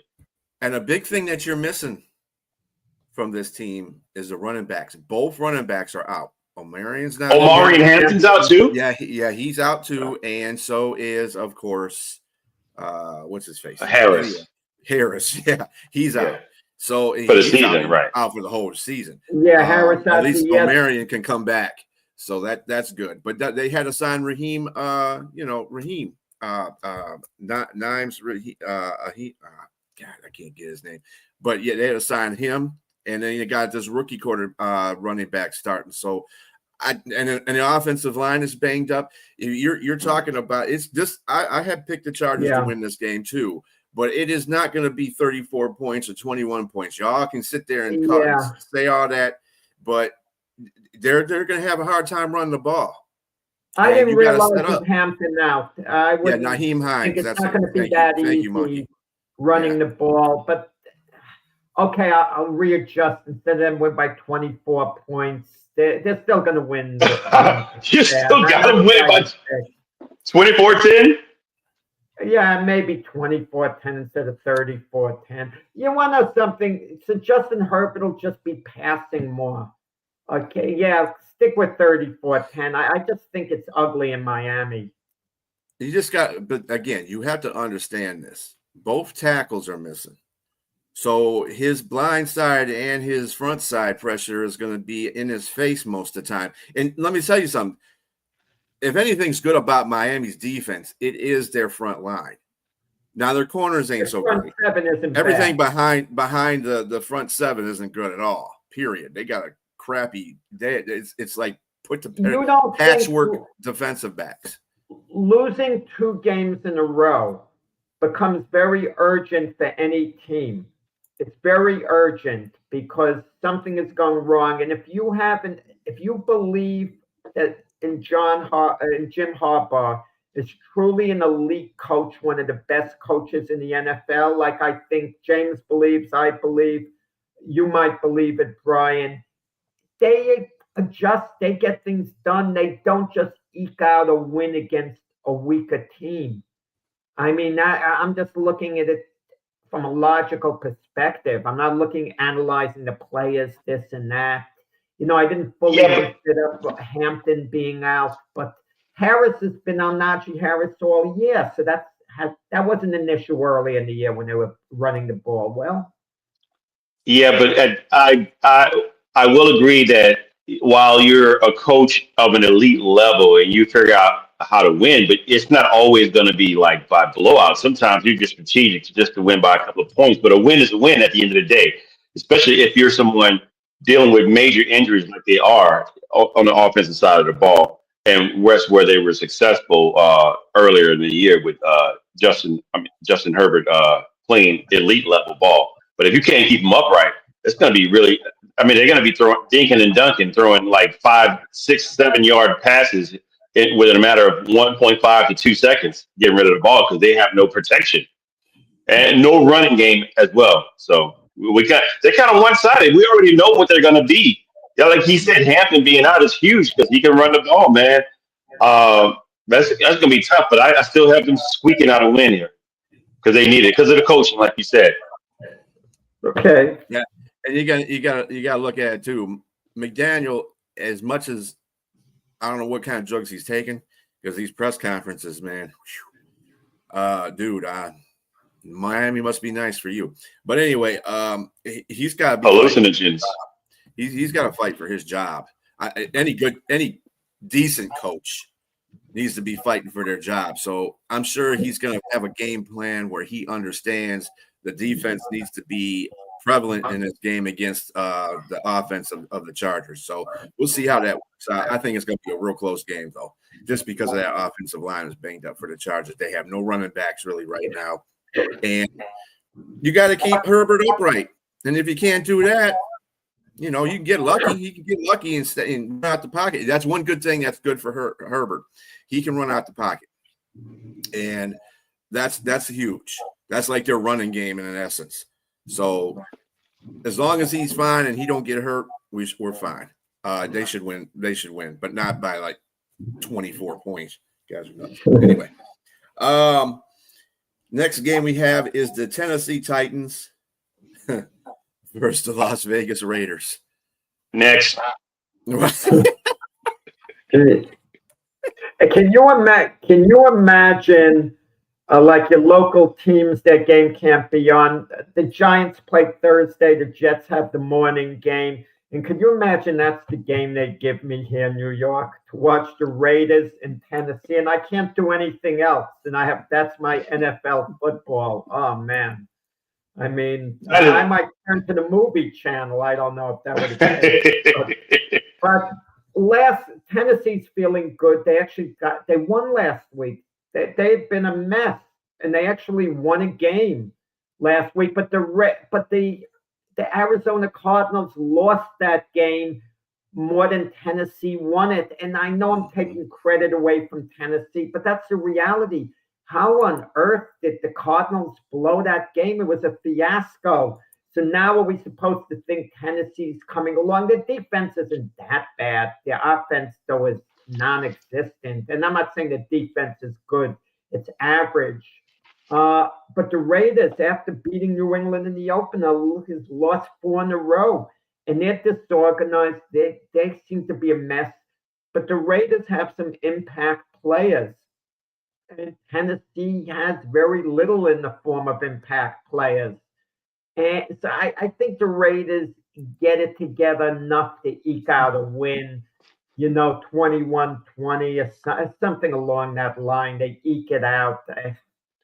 But who knows in a game like this? It's like two teams that badly need a win, and one of them is going to at least get it. So it's a perfect matchup from that perspective.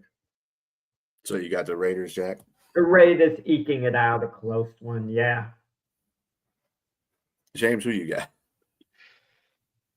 Talk about your bad, low-budget horror flicks.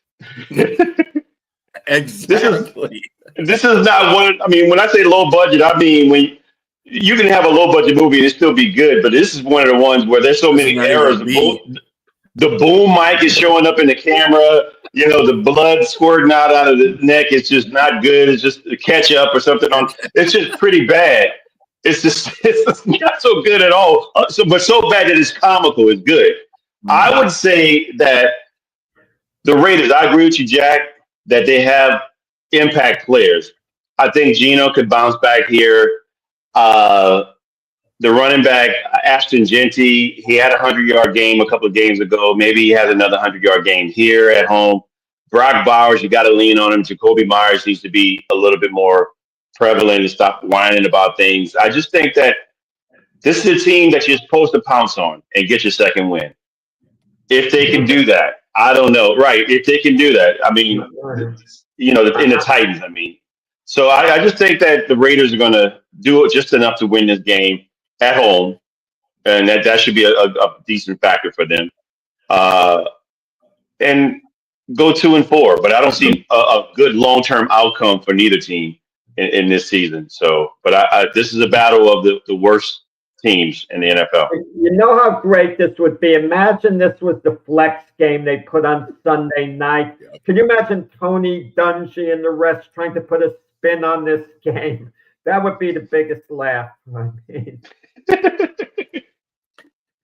I'm also going to pick the Raiders. I think that Pete Carroll needs to keep the ball out of Gino's hands for this game. I want to find somebody that's not my team member out there in the pass coverage. So I would probably give it to Ashton Jeanty. Let's see what he can do. It's not against a great team. They don't have a very good rush defense. They're decent defensively, but they're not really good at and like you said, Jack, Cardinals gave them that. That game. They didn't go out there and win it. They just took advantage of the whole fact that Cardinals were acting like a bunch of Keystone Cops. But anyway, I'm gonna go with the Raiders as well, and I think they're gonna win by 10. Tell you the truth, I think they're gonna win by 10. Next game. This is for Sonia. P-System. Cowboys at the Panthers. Here you go, Jack. Here's your chance. Yeah, well, we hear about the MVP discussion as the year's going along, and we hear this nonsense like, oh, is Daniel Jones the MVP? No, absolutely not. But if you want to know who's playing at an MVP level, where he's playing, he doesn't have a great deal around him. I mean, Dak Prescott, he's been outstanding. I can make the argument Dak Prescott has been the best quarterback in the NFL this season so far. I mean, he's shown outstanding leadership qualities, having CD Lamb out, what he's gotten accomplished, not much of a running game. And I got to believe they do beat the Panthers. The Panthers are a little erratic. They do tease us a little bit. You give up on them, and then all of a sudden they spring an upset. They win a game. Then you give up on them again, for 2-3 games, and then they win a game. You don't expect them to win. I know it's at home. Home field advantage for the Panthers doesn't mean a great deal. And, with the Eagles playing the way they are, the Cowboys might get in the mix for the division. They are kind of in the mix at 2-1. And I got to believe, if the Cowboys are really contenders, and I question whether they are at the same time, I got to think they get the job done against the Panthers, winning something like 26-14. At some point, and it's got to come at least in the offseason, the Panthers are going to have to make a decisive decision on Bryce Young. We talked about quarterback auditions before. He's been on his third edition now. Enough's enough here. We've got either he's the quarterback of the future, not to play it out with him. But I don't want to be teased by Bryce Young having 2-3 games where he looks good and then 2-3 games where he looks dreadful. So you're rolling with the Cowboys, Jack? I'll go with the Cowboys. Yeah, by about 12 points. 12. Wow, that's decisive. James, who you got? Jack, I agree with you about Bryce Young. I think there is some tease there. I think he plays inconsistent ball, but I think also he's probably on one of the worst teams that any quarterback can come into, and worst situations that he can come into. With that said, he's going up against the 32nd worst defense in the league. So I think he should have a really good game. And also, bulletin board material, Jack. I know you don't like that, but I'm going to give you some. Rico Dotto, former Cowboys running back, gave up some bulletin board material recently. And there was a response by Kenny Clark. But Rico Dotto, who recently ran for 206 yards in his last game, a career high, is looking to do the same thing against the Cowboys. He said, his quoted, "Better buckle up. It's going to be a very physical game. I take pride in that. Buckle your chin straps. I will be coming." That's what he said. And Kenny Clark's rebuttal is like, he's got to back it up. I'm not much into talking. He ain't played nobody like us, and we ain't played him. Now, in him saying not playing nobody like us, if your team's 32nd in the league. That's not a good thing in your favor, sir. No, but They're not quite 32nd because Baltimore has that one tied down. Yeah, right. They're 31, I believe. So they're pretty much right neck and neck with Baltimore. So with that said, I think it's going to be a high-scoring game. I think I agree with you also in Dak Prescott being MVP candidate, Jack. I think he's playing lights out, and it's kind of like the year he played a couple of years ago when he almost threw for 5,000 yards and 36 TDs. He's heading that direction again, and shout out to George Pickens. He's playing good. Let's just hope he doesn't start complaining about anything and start being a diva, which wide receivers tend to do. And they don't have CeeDee Lamb still, right? Well, no, with CeeDee Lamb out, Pickens is going to get the ball plenty. He won't be complaining under this scenario. You said something interesting, James, when you mentioned the name Kenny Clark. He's emerging as a leader of the Cowboy defensive unit. And all of a sudden, that deal doesn't look so terrible with the two number ones on top of Kenny Clark. He's so full of criticism, the Cowboys, and they have flexibility on the salary cap as well. And that's invaluable for how else it could help the team. I mean, what I'm saying, as great as Micah Parsons is, you kind of have to wait to judge some of these deals. It wasn't a slam dunk bad deal for the Cowboys the way a lot of people made it out to be. Well, fair enough. But I will say this. I think that, going back to the game, I think that Dowdle is going to get backed up by his team at home. I think he gave them bulletin board material, but that offense is going to rally around him because, again, this is the guy that Jerry Jones let go. He didn't give him a deal last year after he got his career high and with 1,000 yards. And considering that offense that they had, with nobody else, if I'm Jerry Jones, I would have kept him too. I would have kept him, but I wouldn't have gave him up. But I think the Panthers win this game.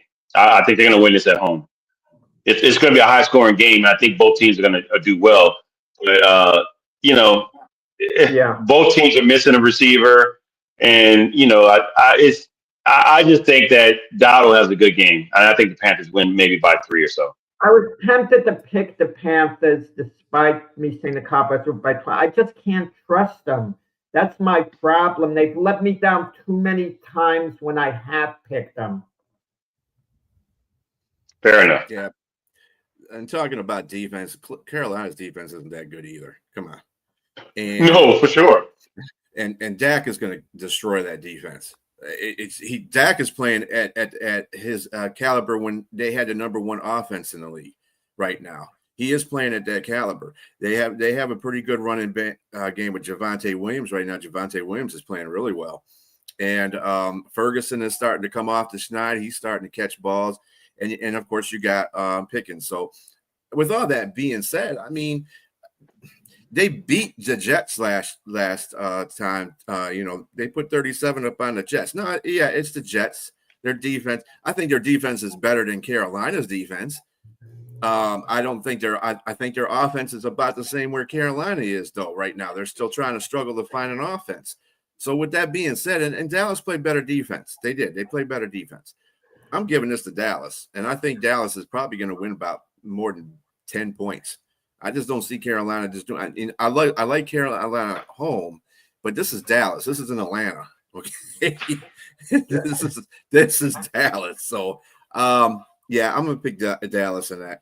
Just very quickly, I didn't mean to knock on Bryce Young, who I think could be a good quarterback elsewhere, because Baker Mayfield and Sam Darnold, the two guys before him, couldn't cut it at Carolina, and look at them now. Mm-hmm. Yeah, I believe that's the case with Dak too. He's playing with a chip on his shoulder because people keep talking bad about him, and he's not a bad quarterback at all. I don't know where he gets that flack from, but whatever. The next game we're going to go to is one of my games of the week as well. The San Francisco 49ers are going to the Buccaneers. Jack, who you got in that game? Mac and Cheese Jones is starting. Both teams have, pulled games out. Like every game this season, it's been dramatic, which makes you think what their record could have been if it was going just the opposite way.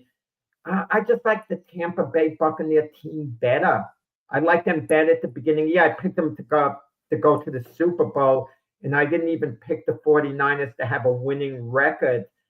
I trust Baker Mayfield more than I do Mac Jones. I trust the Buccaneer running game more. I know with Christian McCaffrey, he's playing today. I know how great he is when he's in there. And the Buccaneer defensive unit under Todd Bowles is, I think, one of the better ones in the NFL. And I know, Shanahan's a good coach and all. And I know the 49ers have this great culture. I'm not sold on them this year, despite them getting off to a 4-1 record. I'm just not sold on them yet, but I am sold on the Buccaneers despite all the dramatics. I think that's going to continue throughout the year. Baker Mayfield extends plays better than anyone maybe in the NFL, extending a play. I'm not saying he's the best running quarterback. Obviously, Lamar Jackson's better, a better running quarterback, Josh Allen, but extending plays, Baker Mayfield has been amazing this year. And he might be the MVP. You can make a good case for him. But I like the Buccaneers here. I believe in them more than I do the 49ers. What you got, James? So, Jack, I'm going to have to disagree with you about calling Shanahan a good coach. And he's a great coach.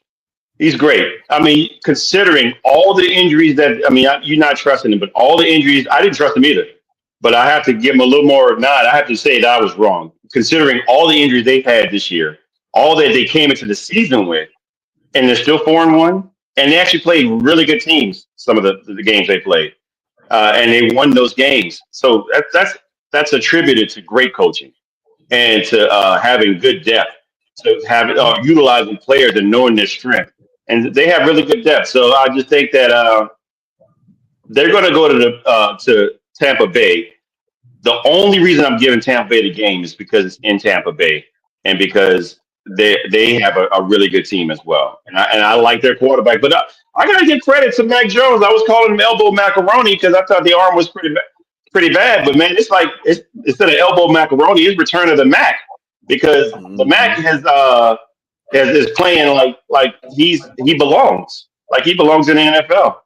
And not only does it look like he doesn't just belong, but as a starter, not a second string quarterback.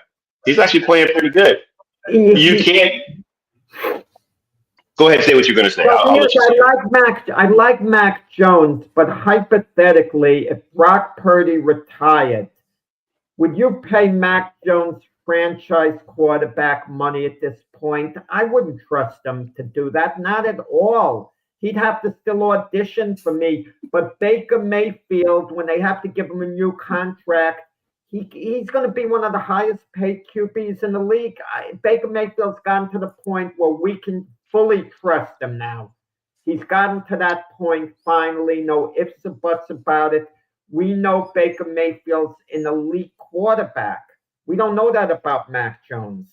But you got to put it, I mean, I like what Monkey just said. I disagree with to some degree because I think almost all quarterbacks have to find the system that they're good in. I mean, they're really good in. I think if you put a quarterback in a good system, like Drew Brees, when he was with his first 3 years or so, he was okay when he was with San Diego, but he got him with Sean Payton. It was peanut butter and jelly, man. It was just like elite. It was just that was a marriage made for those two. And I don't know if Drew Brees would have the same success if he goes somewhere else. He may be good, but does he have that very elite level success that he does there? I don't know. It just depends. I mean, so system to me, I think sometimes you have a quarterback, you need to be in a certain system. I mean, it's just what it is. You can't get around that. And so I agree with you about Baker Mayfield, but look at the systems he was in prior to that.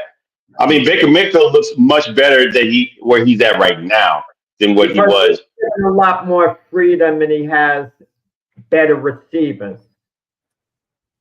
And he has a lot more confidence. I mean, the team's giving him a lot more confidence in playing. Yes. I mean, I guess they're giving him more autonomy, but I mean, he is a much more mature quarterback now, too, at the same time. I mean, he was immature when he first came into the league. But with that said, I think Tampa Bay wins this game. But it's going to be close. It's not going to be a blowout. It's going to be a really tight game. Yeah, and because both defenses are very good, and it's going to be formidable on both sides. It's going to be a tough way going, but I think Baker and Tampa Bay pulls it out just maybe by 3 or so.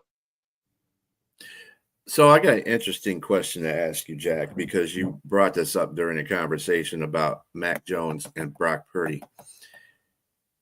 I'm going to say that Mac Jones in that system that he's in, say it's the system that Mac Jones is playing well in, he's playing better than Brock Purdy is in that system.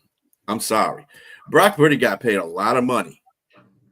Would you have, if it was between him and Mac Jones, and you see what Mac Jones can do in this offense compared to what Brock Purdy's been doing in his offense, just on this year alone, would you pay Mac Jones? I'm not talking about elite money. I'm not talking about elite money. I'm talking about money just for.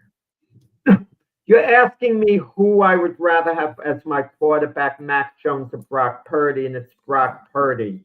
But it's obvious the 49ers have to stick with Brock Purdy because of the investment that they made in him. They have to, unless another team is going to trade for Brock Purdy and pay him all that money. And they're not going to do it at this point. I saw what Brock Purdy did, taking the Niners to the Super Bowl and putting them in a great position to win it. Do I believe Mac Jones would have done the same thing with that team? No. I think Mac Jones is a good quarterback, but I've also seen the worst of Mac Jones. And the worst of Mac Jones has been beyond awful, absolutely terrible. And Brock Purdy would never be that bad as Mac Jones was, ever, not even close. He had a couple of games last year where he didn't have his players that he had that team. Remember all of Mac Jones's play. He was throwing the ball places when no one was even at. I mean, it was Brock Purdy's a better quarterback than Mac Jones if push comes to shove. However, the 49ers, for whatever reason, they like Mac Jones coming out of college, and the word was they wanted to draft him all along, but they kind of detoured at the end to Trey Lance. And they finally now got their man in Mac Jones. If the 49ers could cancel Brock Purdy's contract, they would do it, okay? And I'd be okay with them doing it and going with Mac Jones. Yeah, because but I'm going to agree with you, Jack. Look, we've seen what Mac Jones can do with other teams, and I just because he's playing better right now doesn't mean he's going to be playing better next year once everybody puts a little bit of film on him playing with the 49ers. I just think that Purdy, he may have been drafted like a scrub, but he doesn't play like a scrub. He like Jack said, I agree with you. He went to the Super Bowl. Purdy is better than where he was drafted. Let's just put it that way. In the system, in Shanahan's system. Well, the last guy drafted, it was Mr. Relevant. So that's exactly better than where he was drafted. No, I mean, no. How many Mr. Relevants continue to play in the league? So I'm just saying, yes. For the most part, it's just when you look at the history of Mr. Irrelevance, they don't last. They don't last at all. And so, like I said, far better than what he was than being drafted at Mr. Irrelevant. And the intangibles that we don't talk about is leadership. These are guys that backed him up when versus Trey Lance. The tackle Trent Williams was saying he saw the difference between the two. He just said Purdy just commands the offense. He was able to just take the offense and take it by the helm and lead. That's what you want. You want somebody that's going to be able to say, I will fall on the sword, but I will lead you guys. I'm going to be the field general out here. And Purdy's that. It's just that, of course, he got injured and he's had some bad ball. Yes, of course, it happens.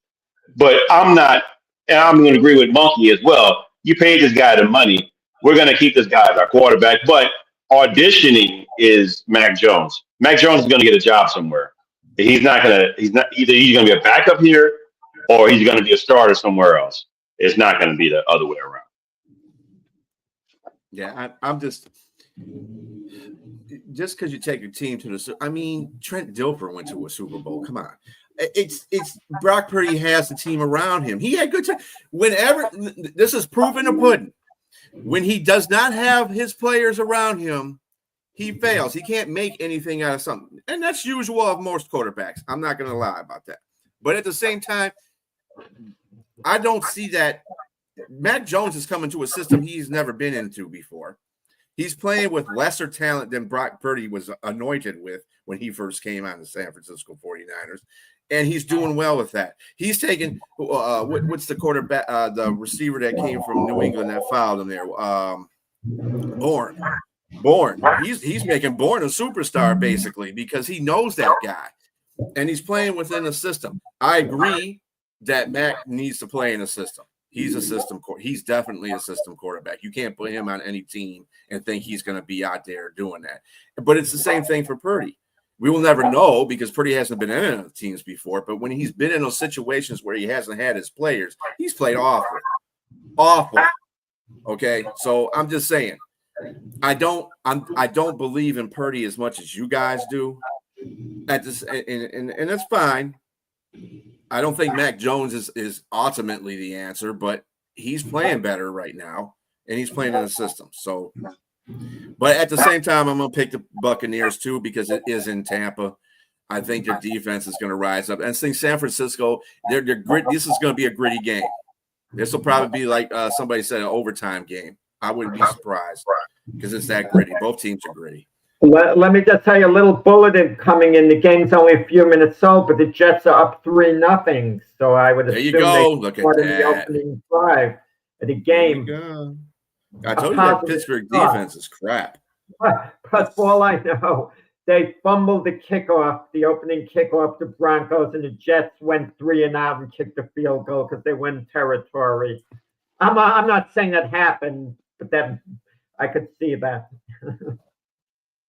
Let's see what happens because they got to win. Like I said, I'm picking them to be my upset special. So to come back with a win across that water. Yeah, and it's in London. That's the thing that gives the Jets a benefit too. It's not in front of a home crowd of either team. So sometimes that helps other teams produce. That's all I'm saying. Because they don't have to hear people booing at them. Anyway, Bengals are going to the Packers. Who you got there, Jack? Yeah, I mean, you got to go with Green Bay. Since he's a mess, they're starting Joe Flacco. But the only thing I could think of that could favor Cincinnati, they always start slow the first few games of the season and start kind of putting it together at the end. And they have a lot of talent on that team. Maybe they suddenly show up. And I don't want to hear this Joe Flacco talk, this and that, if they have a good game. Green Bay coming off the bye week and 2-1-1. They're a little disappointing after, they haven't won either their last two games. But at Green Bay, I could see them winning handily, like 33-17. James, who you got? Well, if I'm not mistaken, isn't Jamar Chase a game time decision? He's doubtful. He's not doubtful. He's questionable, but he'll play. He said he was going to play. So they're going to need him. They got to need him to make the score 10 points. I just think that Green Bay is going to be too much for them. There's no defense there. Joe Flacco's making his debut. I think Joe Flacco can give you a good game. If he can give you any game, he can give you this game. They can throw some points up because he's got two good receivers, better than he's ever had, I think, to have it as a tandem. So it's going to be like a wealth of riches in that regard. But there's no running game. There's no defense at all. And I don't know about special teams. I just don't think that they're going to Green Bay to go and upset the world. It's just not going to happen. I like the Packers here. I think the Packers win big, actually. I think they win by 25, 30 points. I, on the other hand, now I'm not saying this to be a Packer hater because I am. But the point of the matter is we thought that it was going to happen against Cleveland too, right? Packers was just going to come in there and blow Cleveland out, huh? Right? But Cleveland's a better defense. Much better defense. But they still scored on them. At 4 minutes left in the game, they scored 13 points. Come on. Packers defense ain't that great either. But you're really comparing. Oh no, it's better than. I mean, it wasn't a high scoring game. Defense. I'm not saying It's a lot better. I'm just saying you have a veteran quarterback back there now.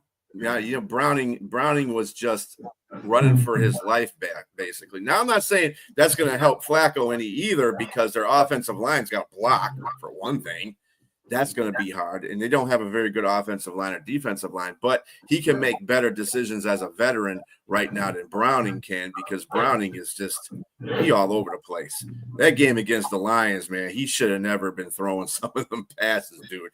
And common sense would have told you not to throw some of them passes as a quarterback, and he was doing it anyway. Yeah, we have 3 more games after this. We got to get in, so we got to really on speed dial. So I think that it's going to be a closer game than you think it is because of the offensive weapons that Cincinnati has. I still pick Green Bay to win this game, but it's going to be a closer game. I just think that's all. All right. So Sunday night's game is the Detroit Lions at the Kansas City Chiefs. Jack, who you got? Yeah, I'm going to go with Kansas City. It's at Kansas City, so I don't know is it an upset, even though I would think if you judge both teams' form, maybe it's a mild upset. The Chiefs are getting players back.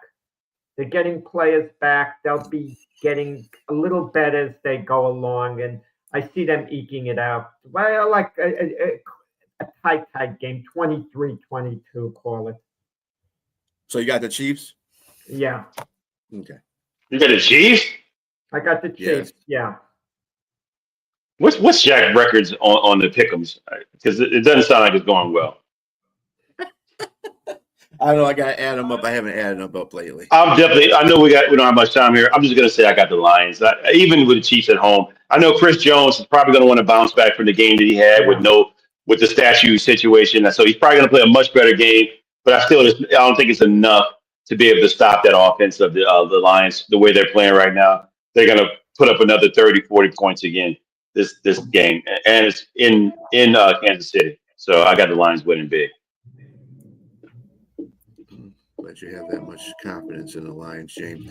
I got the Lions winning, but it's going to be like a 24-23, kind of like what Jack's score is. It's going to, but on the Lions side, the Lions are kind of hurt on the offensive line. They're going to be starting Dan Skipper at the tackle spot because both Manu and Decker are out.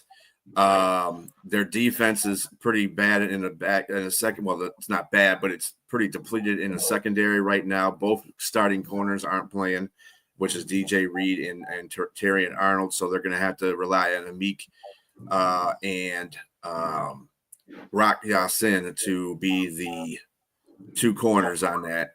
And with the Chiefs receivers, that might be a problem. The only good grace that the Lions have right now as far as defensively is their front 7 is playing magnanimously. They're playing really good.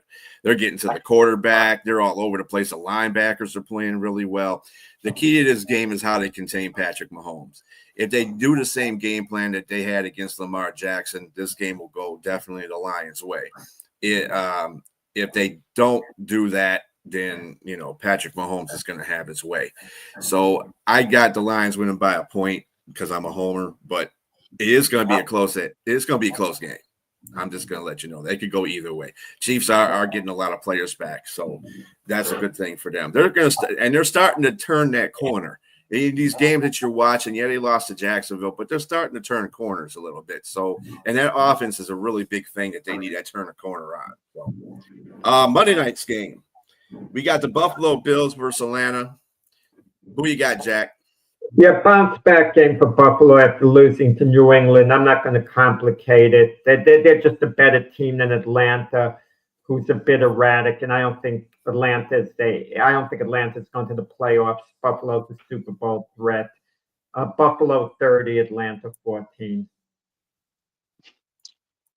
Yeah, I got the Bills too. I just think that was a pretty tough loss against New England, and I don't like the Falcons' defense. I think they can run the ball and they're going to pass the ball on them. But mind you, the Falcons are streaky on offense. If they run the ball more so, Buffalo, if there's an Achilles heel for Buffalo, it is their run defense.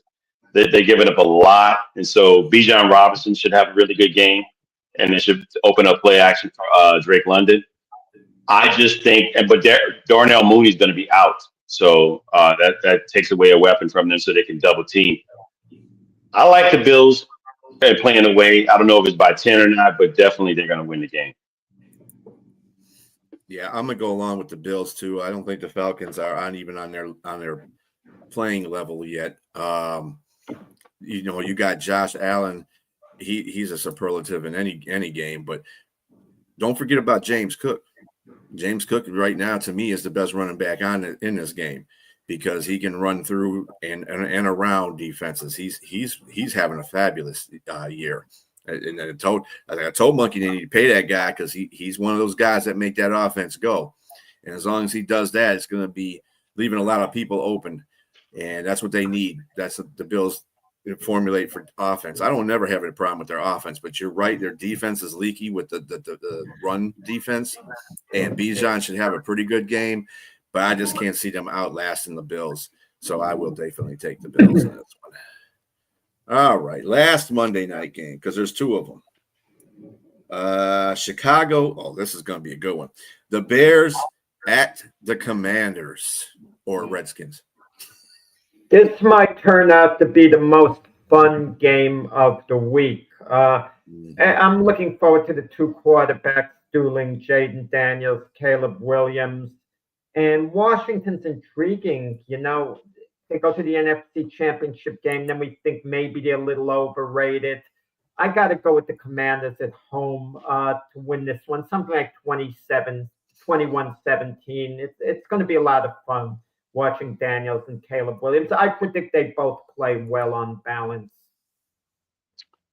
I think it might be a little higher scoring than that. It might be 31 to 22. Yeah, 31 to 28 maybe. Yeah, but I'm with you. I'm going with the Commanders. I think the battle of the first and second overall picks is going to be really fun, like you said. And they both have great offensive weapons. But Terry McLaurin's not back yet, right? No. Yeah, but they're still finding ways to win. I still got Commanders at home, but it might be tough. I wouldn't be surprised if the Bears can steal a game from the Commanders. But I picked the Commanders. By the way, the Jets are up 6-3 now. There you go. Field goal on the death. There you go. Yeah, both teams field goals. Yeah, and like I said, that whole plane in London is going to bode well for the Jets, and I think James is kind of right about that situation because they don't have to worry about home field crowds. They don't have to worry about the Broncos fans being there because basically it's in London. Everybody's a fan. Home field crowds for the Jets are indifferent. They don't boo them off the field. There's a little booing in any stadium, but it's not that intense like you'd have it at certain other fan bases. If I can hear, who was the guy that's the Jets guy that be leading the crowd?